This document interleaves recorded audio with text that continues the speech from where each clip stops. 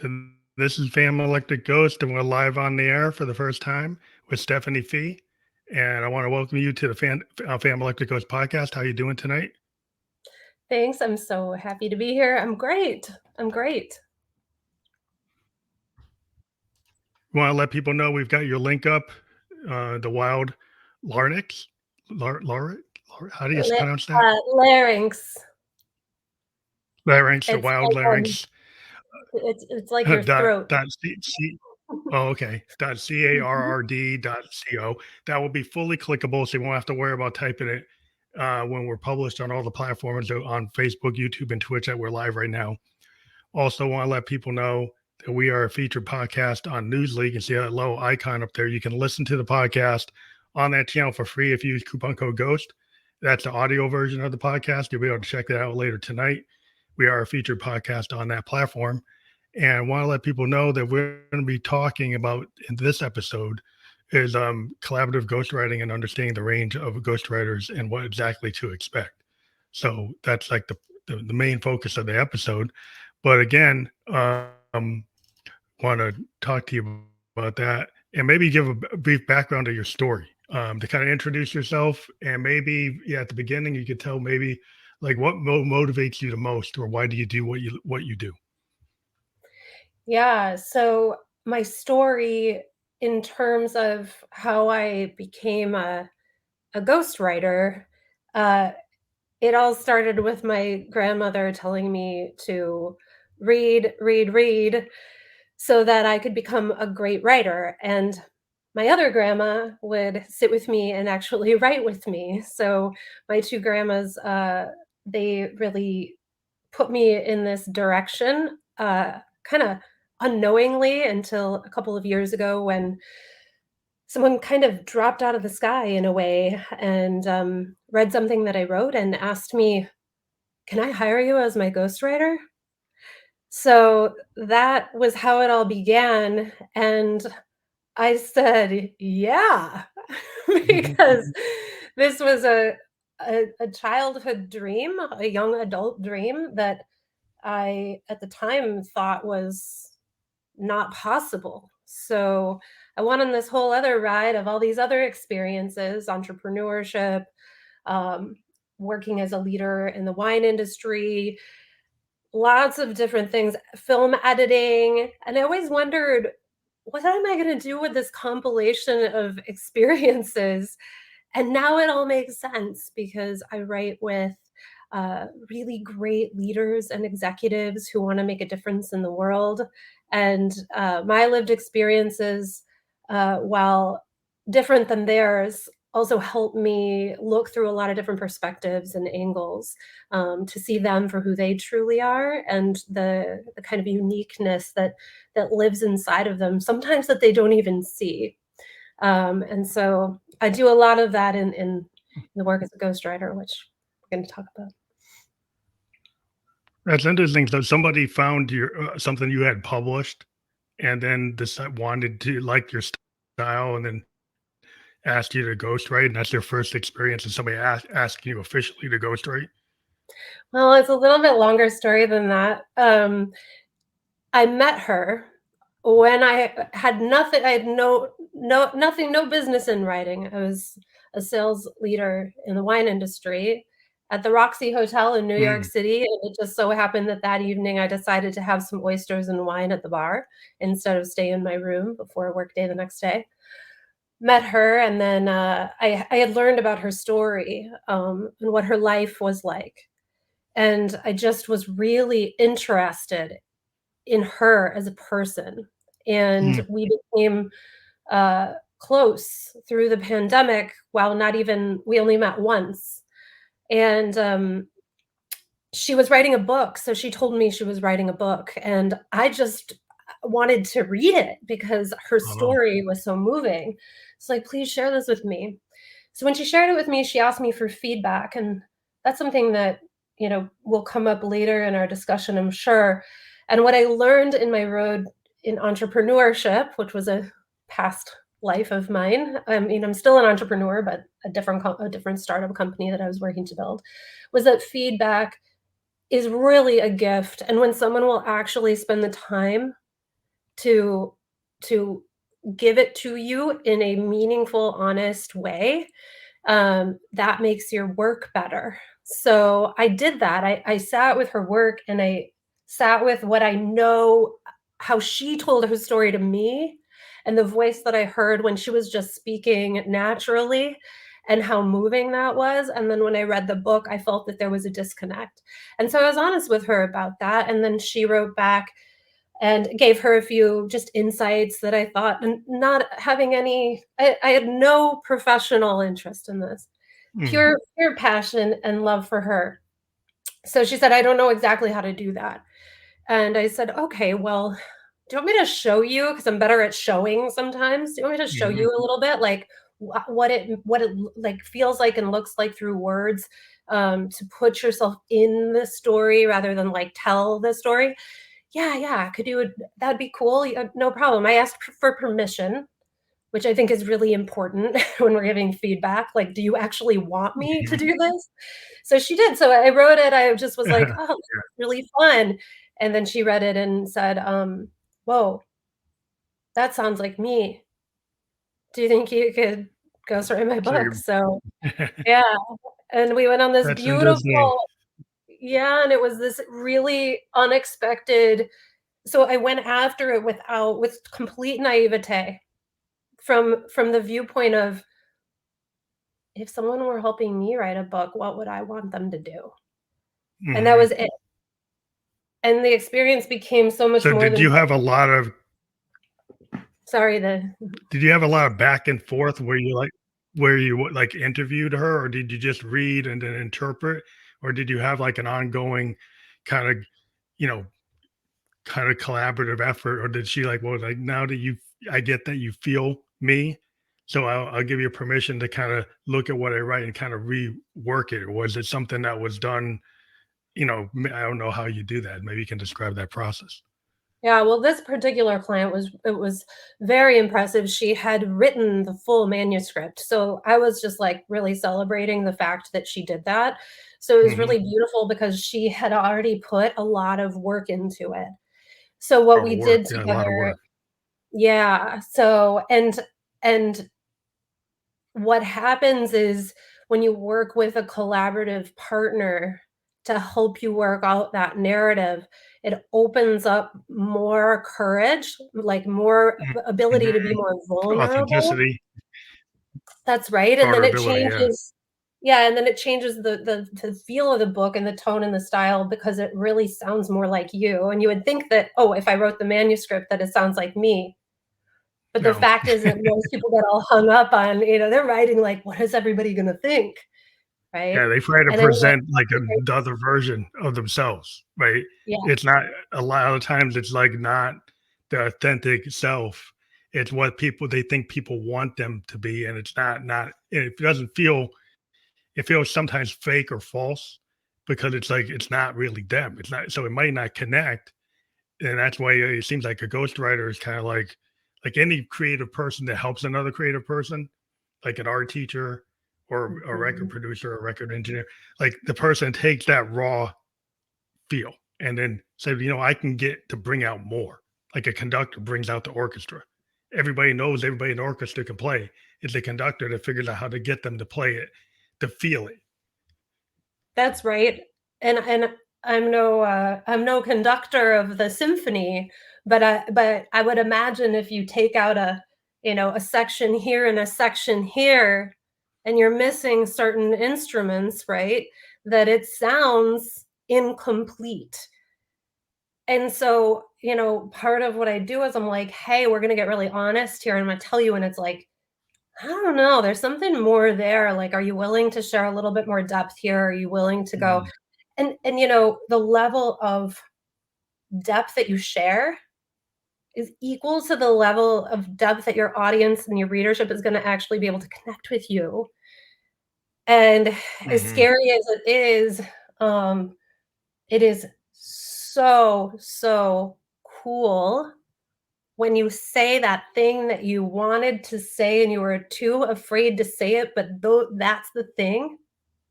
It That's the connects, yeah. thing. It's the thing that goes, "Oh, your ideal audience, the people who you want to help, they listen when you go there. And hey, those who don't or aren't interested or don't like it, it's okay. You're not speaking to them. You're not speaking to Yeah. them. You can't speak to everybody, because I tried that so many times in my life. Got me We tend to be nowhere. a people pleaser. It's like the Yeah, people pleaser versus somebody like if you're a people pleaser, you're probably not doing anything you want to do at all. Right. You're trying to satisfy everybody else. Right. And so yeah, you're never gonna be your authentic self because there's like you don't think you have permission. So I think it's like a lot of times with a creator, like if you want to be like you, I read that you do like authentic storybook. So the authentic storybook yeah, is like that authentic, independent songwriter, right? You could have a singer, they have a 5-octave voice and they sing Burt Bacharach, and that's awesome, right? That's an awesome experience. But it's actually when you actually see somebody like a Joni Mitchell, and she wrote it. She actually wrote it. She yeah, wrote that song and she played that song, and that is her, yep, right? There's something about that that when you if you can get somebody to bring out that, then I think that's what people get connected to. That's what they feel like. Whoa, I know this person. yes, absolutely. Every single person that you're drawn to that you don't know, you kind of feel like you know them because they shared something, I call it wildly authentic. Mm, And I love the word wild because for so much of my life, I was told, like, you can't do know, that. "You're too much," or like, "You're so wild," or "You're crazy," because I'm a bold personality. And I'm like, "Nah, wild's beautiful. It's natural. It's free." So, like, stop suffocating your larynx Yeah, it's and, kind of like, like a let it go, let it out. Yeah. kind of a hippie aesthetic. It's kind of like a hippie aesthetic. Like why I liked Jerry Garcia and the Grateful Dead and Frank Zappa and all that stuff because it felt like, well, they didn't care. They would go play a song for 20 minutes because that's what they felt, right? It Yeah. didn't care if they was going to be trying to make a hit. It's like it's not about making a hit. It was about connecting to what they Mm, felt at the moment. So yeah. if you can cut like what I call like that flow state. If you can get to a flow state and it doesn't feel forced, if you can like feel like you're getting the muse is coming through you. And even if you're a ghostwriter, if you see that muse that was in the original work, but you see there's missing pieces like that. You said the orchestra is missing a section Yeah. and you have that conversation with the person, right? And to get to that wildly authentic story, you get them to actually not be afraid to tell more.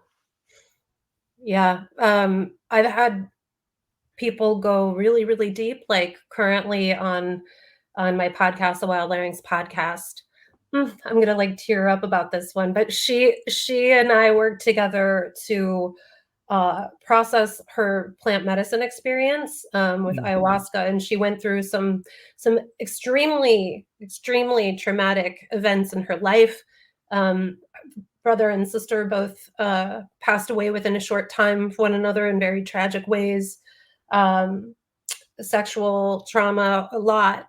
And she came to me and said, I want to share this, the deepest, darkest, hardest things, because I know that I can help people see that there's another side to all of this.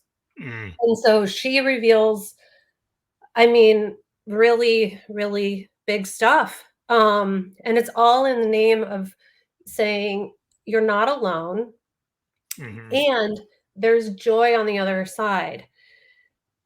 And the fact is that storytelling, writing, even narrative work, it releases, I call it from stored to storied. There are all these mhm. things that, like, all these stories living in us. You think it's in your mind, but your emotions are stored all over your body. Yeah, it's everywhere. It's like, Oh, yeah, and when you just go, even when you say that thing that you wanna say to somebody in your life, like, it feels really nerve-wracking. Maybe your central nervous system's going crazy, which I help people with that because 'cause I'm also a certified master health coach, so it makes a lot of sense why I learned all these things. Hmm. After you say it, the release that comes with that, like, sometimes you need, like, a couple days to digest actually, like, what You gotta just shake it happened. off. You gotta shake it off. It's like an animal is shaking off, like people have forgotten how to shake off things, and I think also it's like the frequency. Like I'm a big believer in like, when people tell a story, you're talking. When you talk, those notes, it's not musical, but it could be. It's not For that sure. it's not that different. It's frequency, right? So I Yeah. feel that there are like these universal keys that you can connect to through like a law of attraction. So whether Yes. you're a speaker or a writer or poet or musician or painter, you can speak with frequencies, and visual stuff has frequencies, audio stuff has frequencies, and then there's frequencies from your heart, and your body's giving out electricity. You get the vibe from somebody. They didn't even say anything. You get the vibe. So I think when you release that, or are willing to accept the frequencies around you and process them, and then figure out how to kind of be part of the whole thing. Yeah. I think that's how you get wild for me. Yeah. you know? I love all your, like, metaphors and, like, analogies because I think that's really important. It's like, at one point in my life, my voice first of all, I hated the way my voice sounded. Did you ever hate that? People will say, "I hate the Yeah. way my voice sounds," right? I hated the way my voice sounded. I love the way my voice sounds now. I'm like, "Yeah, I sound great. I sound like myself." I'm like, in every version of myself, in every context or whatever, like, I'm free. But my voice sounded like an out of tune piano. Oh, It yeah. sounded like I was trying to say something, but I was so, like, scared to Hung say up. it, like, whether it You're was in hung up on it. business. Yeah, hung up on Yeah, it, like, right? in business as a woman who was often around men, I'd be sitting at the table, like, kinda like, like forcing, this, like, trying to prove myself voice, Mhm. totally out of It tune. sounds oh, so it sounds strained. It was strained. It wasn't. Yeah. You didn't Yeah. feel free. And I think what it comes to is, as a musician, like I didn't sing for a long time. I didn't like my voice. And when I Yeah. first started singing, I actually treated my voice with all kinds of electronics to change it. And it took me years to accept my voice Mm, as it was, because I didn't accept it. I had to keep on changing until I really finally grew into being comfortable with it. And it's about, getting past that. And so, because you always have to get past it, because, like you said, if you're public speaking in front of a bunch of people, that people mhm. like are elders or people you think know more than you have to impress them. You get nervous. You get Yeah. nervous. You're not free. You end up trying to put a mask on. You end up trying to put it on, and then you don't feel authentic. It doesn't pass. It doesn't get over. You can't get it over because you're not being you. Because you're so scared of being you, you don't be. You're not you. Yeah. Yeah, and you wonder, like, "Why isn't anybody listening to me? Because 'Cause you're an out-of-tune piano, you know? No one wants to I mean, people listened to me or they loved me or whatever that, great or respected me on a level, but they weren't hearing me. And we think, "Oh, because they're a bad listener." Well, Hmm. yeah, but you might also be an off key, out of tune, Yeah. instrument. You might be Yeah. missing You a do have guitar to kind string. of You have to be a kind of aware of your surroundings. You have to have like a situational awareness. Like I've been Mhm. around people, they're so into their like they wrote something down. They get to the room, Yeah. they read the room, and they kind of get the gut feeling they probably should change what they wrote, but they're like so tied to what they wrote, they Mhm. don't actually read the room. They Yeah. go and they do something that doesn't match where they are. And whatever you practice, it could be what you practice, but if you get to that moment and it doesn't fit, you kind of have to be able to be in that flow state and make it work. And I think that's where the kind of genius of people who are able to get in front of people is like, how do they do that? Because they learn how to read the environment. They know how to read themselves and the people around them and the room, the air, the feel. Yes, and you get comfortable with yourself, like you said, and then you can get comfortable in any context, and I think there's something to it. I haven't done any research on this, but I think like sort of the adaptability or like agility, of our like when we're calm in our system and like confident and feel like then we can just kind of show up and Hmm. not pit ourselves against like, what if I say this the wrong way or I forget that line? Like you said, there's so much to say about emotions and feeling into the room, feeling into the person you're talking to, and then just like showing up. Like I just showed up here, right? Yeah. Like But and yeah, here we you are. got to be. You think about it, like there are people who say, "Well, I would love to be a podcast guest, but I'm so scared of making a Yeah. mistake," right? So they never click the button to try to be a guest because Yeah. it's like, "Well, I don't know what I should say, and I don't have the right mic. I don't have the." They give themselves all kinds of reasons. And the thing is, like, you have to be willing to make mistakes to break the eggs, right? You the first time you show up, it's not going to go from 0 to 100% perfect. Mhm. And a lot of people can't accept it that that first time you do that thing you never did, that you're probably not going to do it that well, Yeah. right? That you're probably on the scale, you maybe hit 50, maybe hit 60, but you don't hit the 100. You get sometimes people right out the bat, they hit the 100, but that's not usually the case. But people are so scared of that, they don't even try. Mhm.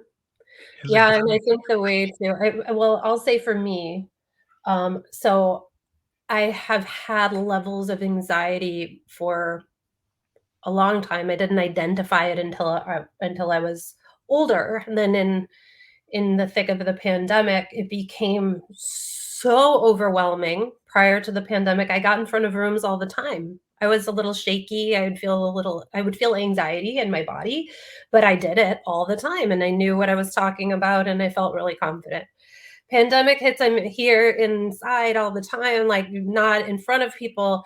And I get this crazy level of anxiety, like insane, where I felt mhm, frozen. And I went to, at the time I was working with my startup and I went to like a in-person pitch practice. I had, like, a complete, like, anxiety attack, which people don't understand, and I had to leave because I didn't want people to see, like, exactly how that shows mhm. up because it shows up in tears for me and, like, a bodily sort of release, and I'm saying this because I think for anyone listening, like, I just wanna say, like, keep showing up. And it Mhm. starts to break down because what you realize is that, like, people are amazing, and if you show up and you're not at your best or you mess up, guess what? You did it. Like, Yeah, you you did actually did it when everyone else is sitting at home and they're like, "I wish I could do that." You actually did it, so then you practice once and again, and, like, it. I have, like, virtually I mean, as far as, like, speak it or any of that, I have, like, no anxiety left.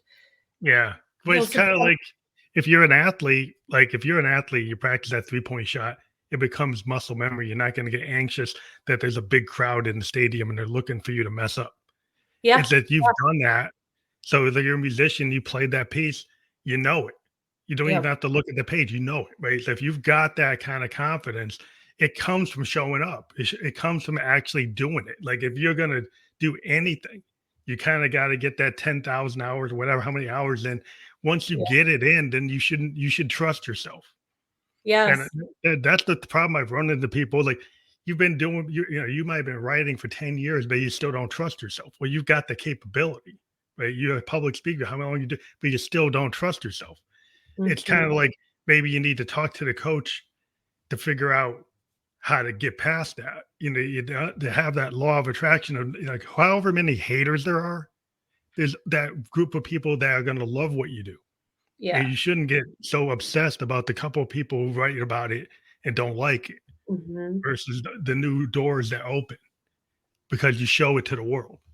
yes, yes, and I think like, so I always ask people, "What is it?" when they start to work with me and they wanna write their book, I always say, "What is that thing that you really wanna say?" say? Because I have NDA. Like, I have non-disclosure agreement. Whatever you tell me Mhm. it is that you really wanna say, You gotta worry I about. can't tell anybody. But it's a question that I ask because and I invite them to just, like, say it, like, blunt, like, "Don't worry, we'll work on what you really mean," right? Mhm. Because there's a fear of being misunderstood now that's bigger than ever, Yeah. especially with, like, leaders and stuff, because they're like, "If I actually say what I think, everyone's gonna get mad." Yeah, the police are gonna come. Yeah, and I'm like, "Well, look, let's break this down through different lenses so you can actually understand what it is you really want to say, because it may be that like you just haven't found the right words to be Mhm. properly understood and articulate with confidence that thing. And once you get that thing articulated in a way that feels really authentic and really like you, it's not so scary anymore. Yeah, it's You like know? criticism. People are so scared of the criticism, and there's so many places it's coming from. From like it doesn't matter what your political spectrum is. Like you, if there's like the left and the right and the middle. It's like people. It's like, well, this is the way you're supposed to do it. Yeah. And what I've always argued, like you think about the canon, like the literary canon. Mhm. Like you write and you're gonna write like Moby Dick, like but that's a classic, right? So if you think that's the canon and you want to be in that style, but if you go wildly away from that and you're in some class and everybody's supposed to be writing like that and you go off on a deviation, well, that's not real literature, right? So you've gone something outside the canon, so that people think it's wrong. Well, somebody's got to try something new, or you're just going to repeat what's been done in the past. And Yeah. so yeah, anybody who's on the bleeding edge always gets attacked for like why is that different? And it does take a level of courage to kind of be there just to be yourself because everybody wants you just to clone what's already there. You get people just Yes. doing AI prompts and it's like, well, this is what's been written before, so make it sound like that. Yeah, I mean, I always have to steer not always, but I often have to steer people away from, like, um, too heavily, sort of, um, like, looking at what other people do or how their books read or what they're saying. I have to just constantly be like, "But this is your book, and what your vision and your, like, unique edge, and you can do it however you want." And my job is to help people, at least this is how I approach my work, is uncover, take the blinders off of, like, what Mhm. everyone else is doing, what everybody else would be happy if I said, what I should do for everybody else, and get them to, like, come from a place of, like, pure, like, "This is what I wanna say. This is why I wanna say it," and, like, get that thing out there, out of their system, out into the world, um, without pitting themselves against everybody else, or trying to be everybody else. Ugh, who wants that? What Same, are, what same, are like same us. What are like 3 aspects of a high quality book? Like, if you could they're probably more than 3, but just to break it Mhm. down to 3, 'cause if you keep it simple, then it's not overwhelming. But if somebody wants to do a high quality book, Mhm. what are 3, like, pieces of that? What are points that would people would, just to look at it at a high level? Yeah, I'm gonna say, storytelling, the storytelling aspect, um, getting that right, and when I say right, I mean emotional connection, with yourself, and then that's gonna happen automatically with your audience. Um, I also would say style, tone, the framework, because there's so many cool ways to put books together. There's not just like a cookie cutter, here you have to do it this One way. way, the one Yeah, way, so it's like, it's architecture, it's design, and Mhm, so I think that that's really important because it provides, like, with a framework, you get freedom to then create within that framework. So when you have a mhm. beautifully designed kind of narrative arc, structure, and framework, you can take the reader on this glorious journey, and then you just create within that framework. And I guess outside of what's inside of the book, there's the outside of the book. Mm. And I do really, really, really believe that outside of the book has to be just as extraordinary as the inside of the book. And if you don't have a book that you're proud of to sit, in 20 years, and it's, behind you, on your Zoom, and everyone's got it on their coffee table because it's such a beautiful book, and, they want to pass it to you because it feels good.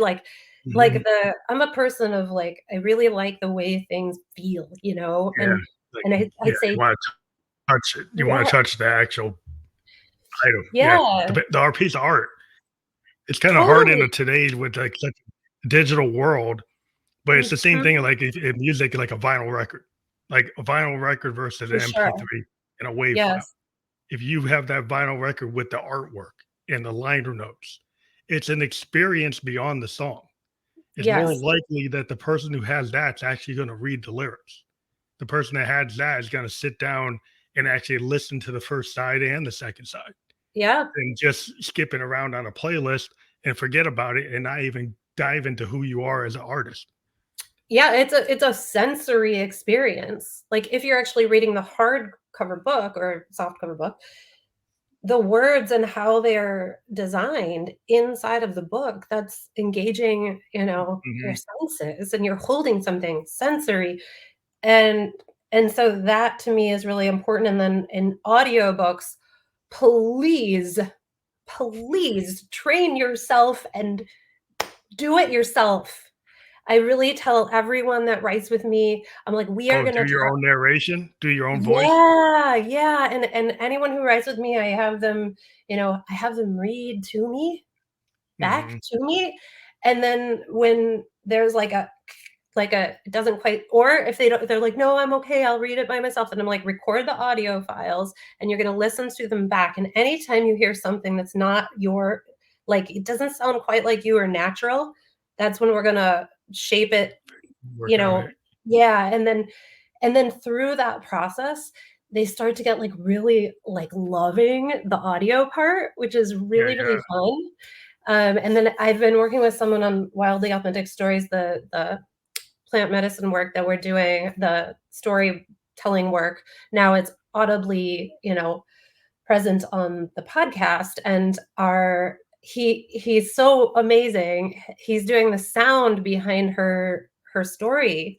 Oh, there's And music it's behind it? really Or is cool. music or just sound effects? Or is it both? He's, playing with sound, but he's, so t talented because Or like a her soundscape? voice her voice sounds her voice is the focus.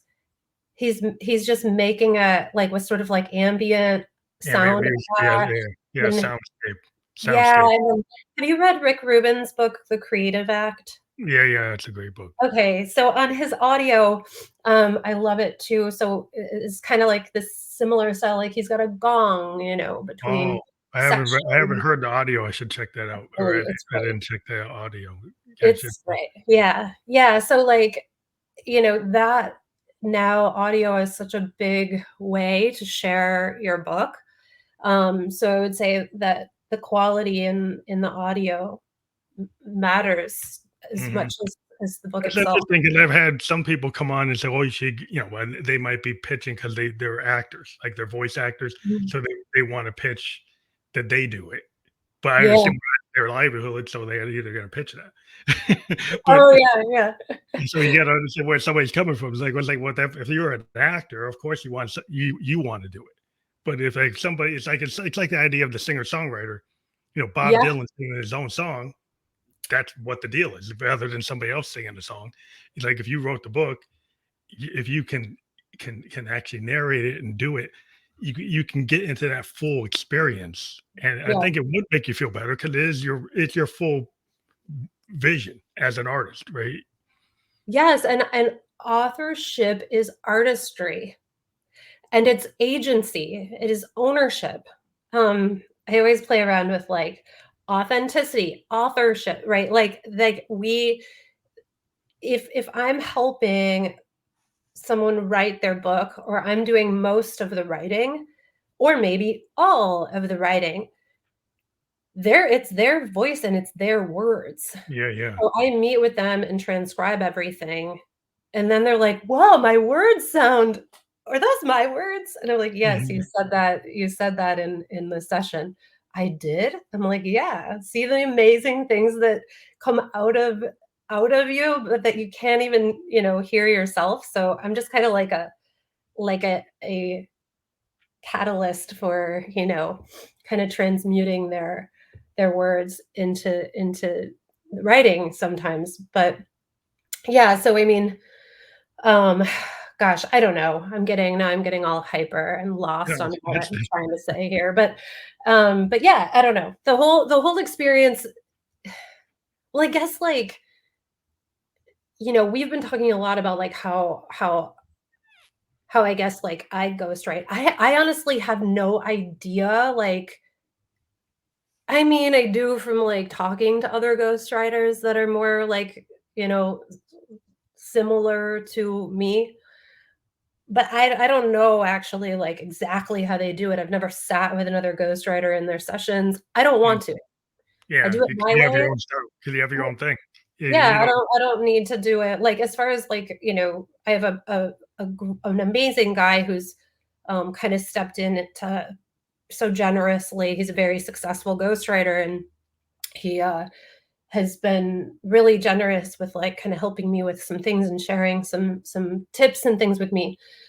But there's no tip for intuition. There's no Mhm. tip for what you're just, like, naturally Yeah. inclined to do. So It's I a just natural creative yeah, it's kinda like when yeah, you ask a musician, like, "How do you write the song?"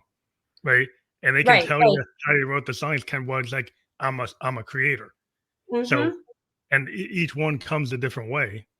So every Yes. project that comes to you, you might use different things. So it's like it's usually not just one way, because like how Yeah. you heard something that moment triggered like your overall response is like, and you have the ability as a creative person to kind of pull what the inside and the outside and synthesize it and come up with the advice, or to come up with the what you're going to do. And it's so kind of, it's hard to explain to people because they want you to, oh, I want to put it into an algorithm, I want to Yeah, put it I know. into a, like, this is the top 10 things you do. It's like, well, it could be the top things, like 10 things I did for this thing, but that Mhm. doesn't mean it's the top 10 things for the next thing. Yep. It might Yeah, not be translatable, there's it no might not, you don't know. yeah, I mean, like, it's great to have, it's amazing to have, like, someone like me or a writing coach, coach you on the process and everything for sure. But, like, if it's got to be in my opinion, in the way that I work and the the work that I help people do, carry out, it has to be highly personalized. It just is. Mm, And then on the other side of the spectrum, so I think, you know, as far as ghostwriters are concerned and like what to expect, there are like there's like this side and this side, right? Like there mhm. are people that will say, like if someone brings something to me and is like, "Here, write that." I'm like, "No." You No, don't we're wanna gonna do like that. work together. I wanna know you. Like, You we're gonna have don't some wanna just fun take it and here. they walk away and they go to the south of France and come back and it's, like, done. Yeah, They don't I'm wanna like, talk to you. They, like, just take it and go with it. yeah, then you gotta hire someone on, like, one of the platforms that, like, Exactly. less expensive, um, writers, ghostwriters hang out in those platforms, like, the people who are using more AI, AI type of person the wants the more AI to write the whole thing. yeah, and I don't like, I'm not saying anything, there's just a difference, right? It's not good or bad, it's different, and perhaps It's a that's different, yeah, so it fulfilling a need for something or somebody, but like, yeah, well, it um depends, yeah, I guess you got people who are more hands-on, like, and if right, the project is their project, you would think they wanna be involved, but if you get somebody that says, "Well, just take it and walk away," well, yeah, they really don't wanna be kind of driving it. Because if they walk away, they're giving you like 100% control of like, this is what you got right now, and that's what you're gonna get. So everything you do is based on what you have in your hand right now, but no further discussion, no additional feedback or Yeah. input. So it's like, what is that? It's like if you're working with a record producer and you have the band in the studio with the producer and Yeah. they're there for 6 months. It's like a teacher, it's like a music teacher. They're gonna learn and it's gonna go back and forth. Versus Yeah. if you just give it to a guy and say, fix this track and I'll come back 6 months later. And I never call you and never talk to you. I Well, then know. he's It's gonna it's do whatever he's gonna do. well, and it's funny because I mean, as a ghostwriter, like my name's not on anything, right? So like my name's not on your book. It's your name on the book. So you're hiring someone like me. I want to make you look great as you do. Mhm, As you do. But I want to help you and challenge you and engage you to really get into this process, but leverage to your strengths. You mhm, can save time, money, and energy, which is all the things that people want, right? Like, here, give this to me. I don't have the time. Of course, but you know what? You're gonna love this if I understand what it is you love to do in yeah, this process and like engage you in that. And then it's my favorite thing when someone says, like, I thought I was just coming to write a book. This is so much more fun than I thought. yeah. Well, it's all like you're showing up. It's kinda like you Yeah. gotta show up. Like, if you're showing up and you gotta be involved, you have to give something of yourself. And Yes. and and when you're coming to a ghostwriter, I would think it's like, well, I'm not too confident in what I wrote, Mhm. and I think I Yeah. need some help. And if I want to learn to get to be a better writer, like what better opportunity than to work with a ghostwriter who's going to listen to me and Yes. get the idea of what I'm trying to get across, and then Mhm. help me do that in Yep. a collaborative effort rather than like a top down. I'm going to be like the teacher with the red mark and the red mark everything and fix it. That's not Yeah. necessarily what you're doing. That's in nowhere near what you're doing. No, and there's a lot of, one thing is like there is a lot of trust and it has to be automatic.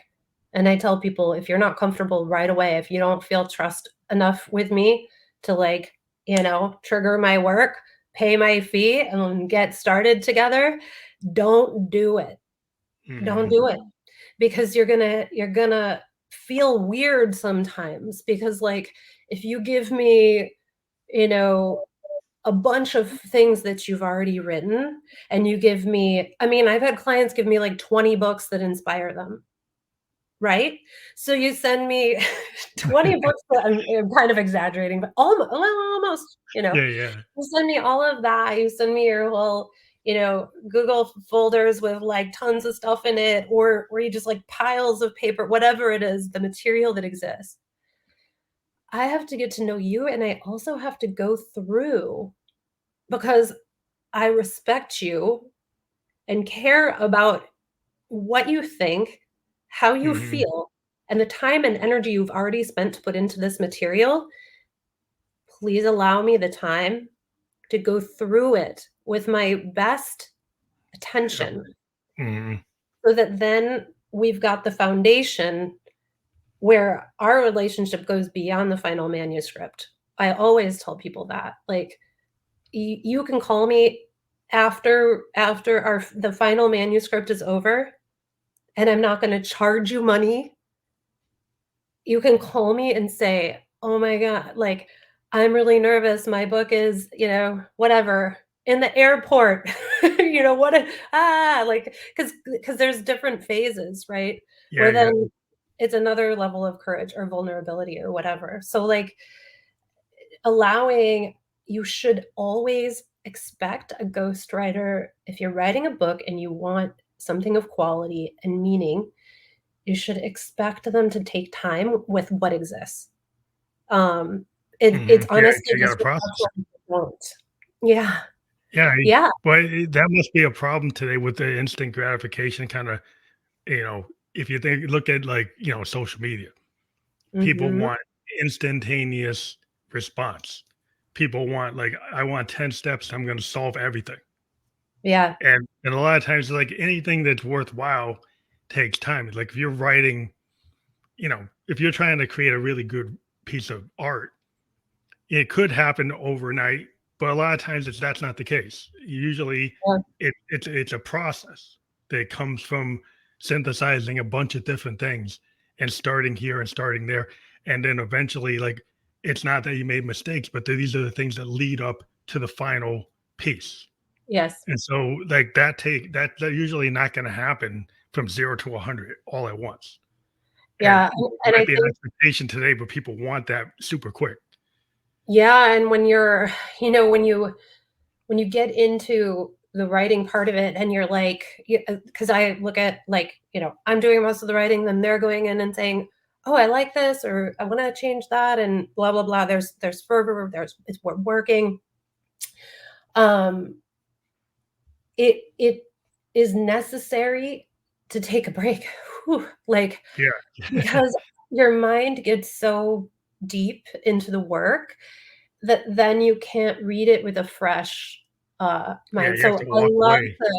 I love to take little pause and like, hey, let's pause and like totally forget this book for, maybe it's a few days, maybe it's a month. It Mhm. depends. Yeah, it's dependent. And then go back to it, and of It's a course in the last. fresh look. It's a fresh set of ears or Yeah, eyes. We do that in music all the time because you could be working on a track and you get too crazy and you yeah, worked on it for a month yeah, every day, and then it's like, you gotta walk away to go away. Go yeah, away. Don't even listen to it. Don't look at it. Don't even think about it. Then come back, and then you come back, it's like, wow, you get that different perspective by walking away and coming back. for And a lot of sure. times you need that perspective, like all kinds of art. Like it doesn't Yeah. matter what type of art it is. It's like I've talked to tons of different types of artists, and you do need to kind of do that to get perspective. Because sometimes you can get so focused that you don't see the big picture. Yeah. Yeah, I was working out in a business book with this great client. He's so awesome, and he's always into like, yeah, like let's take our time and then come back to it. So we're hustily looking, but his framework that we came to the to create, his vision is like a it's a little bit brainy. Like it's not going to be Oh presented yeah, that it's a way little to the heavy. reader, but it's a little bit of it's like quite a lot of like because it's very original. It's really cool Mhm. and it's really original. And like I was like, okay, we got to have a digestion period. I have to. And then you can go back and like actually be really honest about is this good? And it Yeah, was yeah. fun recently, and I don't always think that. I'm like, "Ooh, God, what was I doing there? I've gotta, finesse this or this doesn't quite, compute." But going back to his recently, um, I was like, "Ooh, this is good," and I loved, like, that feeling of kind Yeah. of separating from it because when I got so thick in it that I was like, am I doing a good job here? Like, is this good? And then I Yeah. had to separate from it and come back, and I was like, yeah, I would read this, this is fun. But yeah, you can't see that when you're thick in it. Any art, I think, anything you Yeah. create, yeah. So what you do called like developmental narrative work, or is That's that what just I another call part it. of it? Yeah. I call it that because what I realized was that I go beyond ghostwriting, and it's not always ghostwriting, It just depends on it's kinda like, it's like a marriage of all things that depending on who you are and what you need. I have clients that love to write. Mhm. So I'm like and maybe they don't wanna take as much time, but they love to write. So I'm like, Mhm. "Okay, I'll do some of this, take the legwork off of you, but then why don't you get in there and write, in Yeah. periods of time?" So it's not to me, it's not like one or the other. It's always kinda like a combination. Yeah, it's Um, very yeah, whole. so A lot of things is like, it's a lot of things today, it's like not one thing or the other thing, it's like a lot of things in a yeah. like multi, genre, like multi Mhm. capability, right? So there's a lot of times people want to get pigeonholed.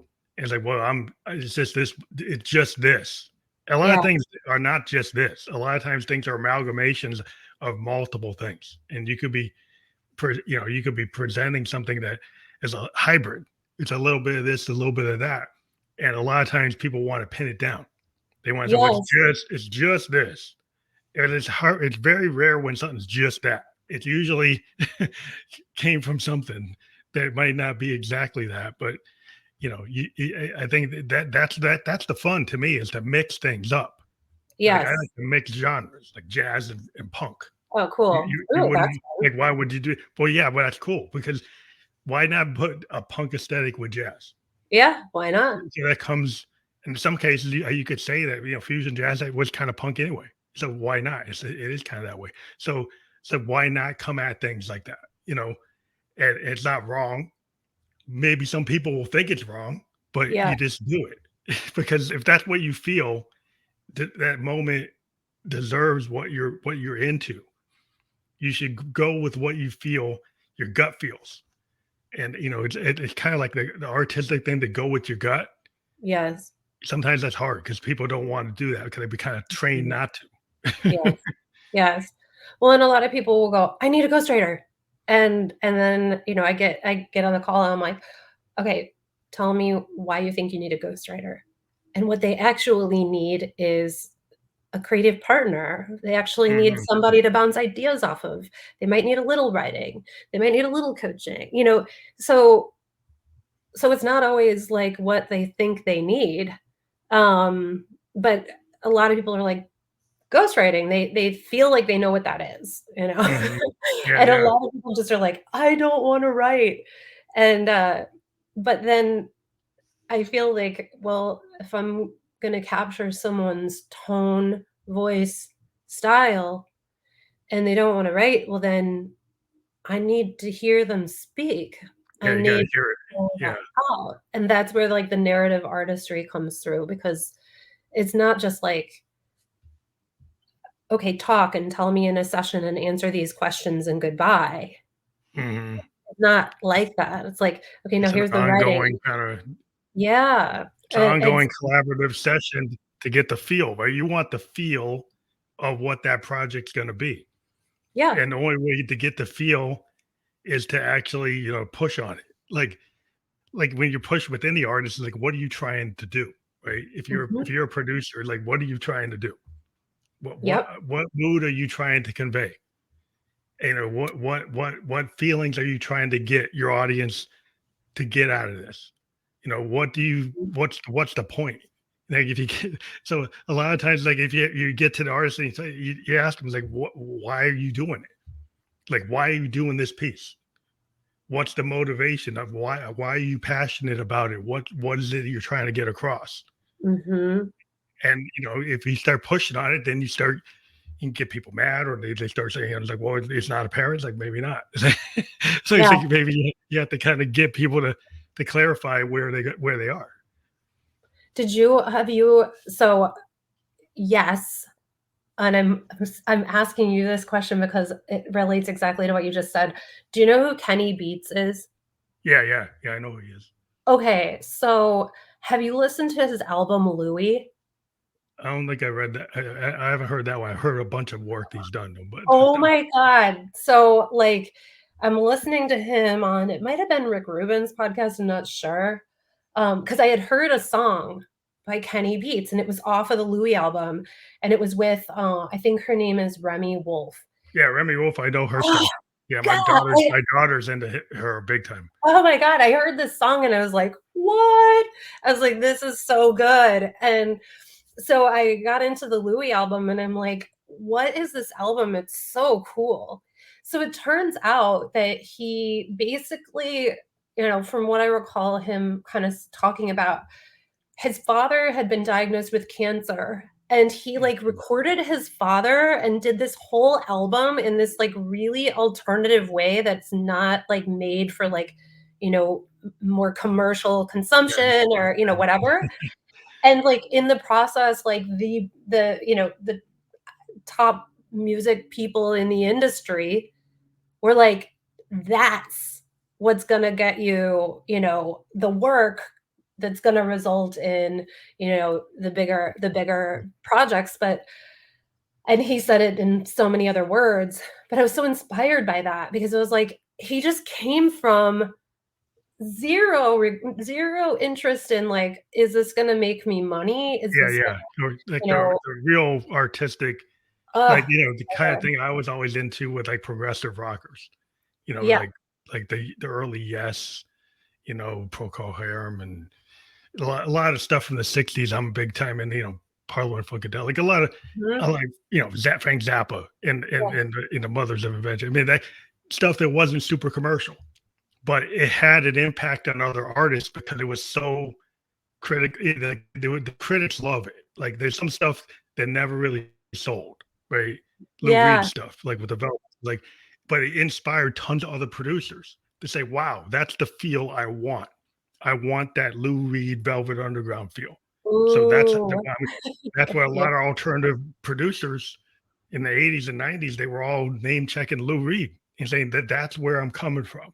That's what Yeah. I'm trying to do. And he wasn't commercially successful with that Velvet Underground stuff, but it inspired tons of other artists who were commercially successful. And Stephanie says that song is on what album is it? Sorry. I'm like, a song with the name Stephanie. No, I love Lou Reed. Yeah, Uh, yeah, yeah. but It's yeah, amazing.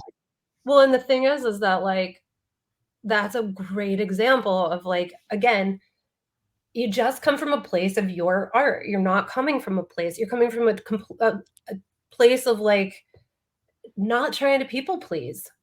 Yeah, you just do it. You A put place it of out being there, and it yeah. does inspire people. I love the story of William Blake, one of the great Victorian poets. I mean, and he was not known in his time. The songs of Innocence and Experience were not Victorian poet hits at the time. They're not. He wasn't known. He was known Mhm. after because he put his stuff on metal plates, and as Yeah. every single poem has a picture behind it, and it was found like a farmhouse after he Wow. died. I mean, he became one of the great Victorian poets because he wrote in the era, and then people was like, "Wow, this work is amazing." But he had the presence of mind. He wasn't good at marketing, but he had the presence of mind to etch those poems in metal in acid, thinking that they were important. So it's kind of like, you have to, as an artist, you should think your work is important enough to put it out there in some way to get it into their world. Yes. Without I think it's kinda like entrepreneurship actually, like, when you're building a startup business or business company, you've got a company, it's like, put yourself in the process, don't get too hung up on the result because expectations kill, sort of kill joy, honestly, and then they kinda keep making you think like, "Oh, it's not happening in the way that I want it to," whatever. So I do think it's like if you create something thing and then focus hyper on like who's paying attention, how many like likes am I getting, how many subscriptions am I getting, blah blah blah blah blah, like you're gonna kill the Yeah, soul of the yeah, well, project. a lot of people stop. Like, That the big how yeah, many or people stop, in thank this you. yeah, Yeah, in this age, if they don't get 1,000 likes, if yes, they don't get on the algorithm, if they don't get on the playlist, then they stop. Like exactly. Lou Reed didn't get on the playlist, like, back in the day. He didn't really push it until Bowie helped him with Walk on the Wild Side, and then he got bigger. But, Yeah, like, from '66 to, like, '72, he wasn't doing that well, but he kept on doing it because he felt like it was important to put his art out there. And I think you have to kinda get to that point where no, not that you gotta be a starving artist, and some people think that's a badge of honor. It's not that you wanna be the starving artist, it's like that you feel the art because it's in you. And, mhm, and you put it out there, and you throw it at the wall, you put it into the world. And if you can find somebody like yourself to help you do it better, and this is like one of the things that you tell people, it's like you're into the art, maybe you need somebody to help you. yeah, Maybe you need somebody like, yeah, Stephanie to come to help you, and then that will get you there. But don't be scared of actually starting right. that journey, right? Everyone has, I mean, everybody should have always in all areas of their life, a guidance system or people who will actually be truthful with them, people who will help them. people who will hear them for real, before anyone else does, right? I mean, like music. Do many people do that alone? No, it's I mean, a you look at a collaborative music effort. studio. Yeah, but I mean, like, like from the outside in, and like, you look at when I always think it looks so fun to be in a music studio with like a couple of people just like creating. Just looks so fun. And I have been in a music studio before, but like, gosh, I want to do that more, right? But Yeah. like, We then just have people go to it's write a like book. Candyland. Well, it's Yeah, like Candyland. Like you have all your instruments, you have all your tools, you so have all this fun. stuff. So it's like it's like the dreamland. It's like a Yeah. filmmaker that's got a camera. It's full of film, and he's ready to shoot. Right? He's ready to go. He's got the lighter people with the lights, and he's got all the stuff. You got the screens. He can create the environment. Like that's what a musician. We have all these tools, and we create these sound paintings. Like I Yeah. call them sound paintings, like because like we're trying to create like a story. We're telling a story, and the audio is actually enhancing the words, so you get the feel. Whether you feel like the drama, the pain, the melancholy, the Mhm. passion, the happiness, you can feel it because that's what we're trying to do. We're trying to tell a story within a certain finite amount of time, not as long as a novel, not as long as a book, but we're telling a story. Mhm. Yeah, that was beautiful. I feel like, that should sort of be the angle of authorship. Like you have this whole amazing kind of collaborative experience. The book is yours. It's your vision. It's your mission on your value system with like, this this group of people or one person or whatever. But people walk away and they're like, I'm writing my own book, and that's cool. Like, It's that's cool. cool. But like when I wrote my own book, I was like doing the audio files and then I would send it. Like, I would actually send it out to friends. I just did. I was like, I don't care. I want to know what they think. And like, I needed to connect. Yeah, I I get wanted that to beta connect. reader kind of feedback, but you need Yep. that that's why people have beta readers, right? That's why you Well, have that's yeah, folks that listen to your demo or folks that watch your film.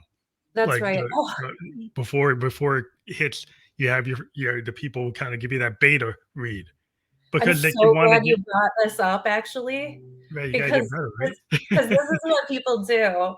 I mean, when I was doing that, I'm accustomed to throwing myself out there and stuff, so I was and these are, like, some of my super close friends. They're actually some of the, like I wrote, like, love stories. I wrote about, like, sex and love and relationships and stuff, and then understanding of self through those experiences. But I actually sent them to some of the men that were in the book, so it was kind of a fun little experiment for me, and I Mhm. didn't, but the thing that happens sometimes is that people start to share their work right away with, like, the wrong people, Mm, and then, like, they're like, "Oh, so and so didn't like it," and I'm like, "It's not, like, that's not it's not quite there yet, and that's not actually the person to send it to." So, yeah, like, you need a beta people want reader. to Yeah, curate the somebody that's right. like yeah, that's somebody Yeah, that's, like, more willing to do that than, like, if you send it to your best friend and they're not like a beta reader type and they're not used to seeing your work, they yeah. they might give you such a feedback that you're so down and you don't give up. Yeah, You or actually the worst is the worst thing that happens isn't like well, okay, 2 things. People will just go, "Oh, I like it. That's great. That's great. It's great. It's great," oh, because they don't wanna oh, tell you the truth, or they don't yeah, wanna it's give you like any, like, deep feedback, or they don't read it at all. And, mm, it's really heartbreaking. It's been heartbreaking for a couple of my clients have been like, "I sent it to my family, and they don't even read it," And I'm like, "It's okay. They're not," and they'll, like, send it, prematurely, so they're still in the process of creating it, and then it kinda gets them down, right? Like, that they don't have mhm, anything interesting to say. I'm like, "No, no, no, no, no, it's just that people's attention, it's hard to capture these days, yeah, yeah, and it's you gotta difficult. go the right people will read it and will give you the right feedback and, all that kinda stuff, but that takes some thought and strategy and work and things. So, Well, yeah. we've hit our hour mark, and I do We went over, love thanks. and we always go over. It was such a good conversation. So Yeah, I just want to let people know that this will be out there on all the platforms that you can listen to or watch a podcast. We have been on YouTube, Twitch, and Facebook. And I want to thank you for being on the podcast. It was a great conversation, and it will be widely distributed on all those other platforms by tomorrow. And I do thank you for being a guest on the Fan Electric Ghost podcast. Thanks for having me. It was really fun to talk to you. Thank you.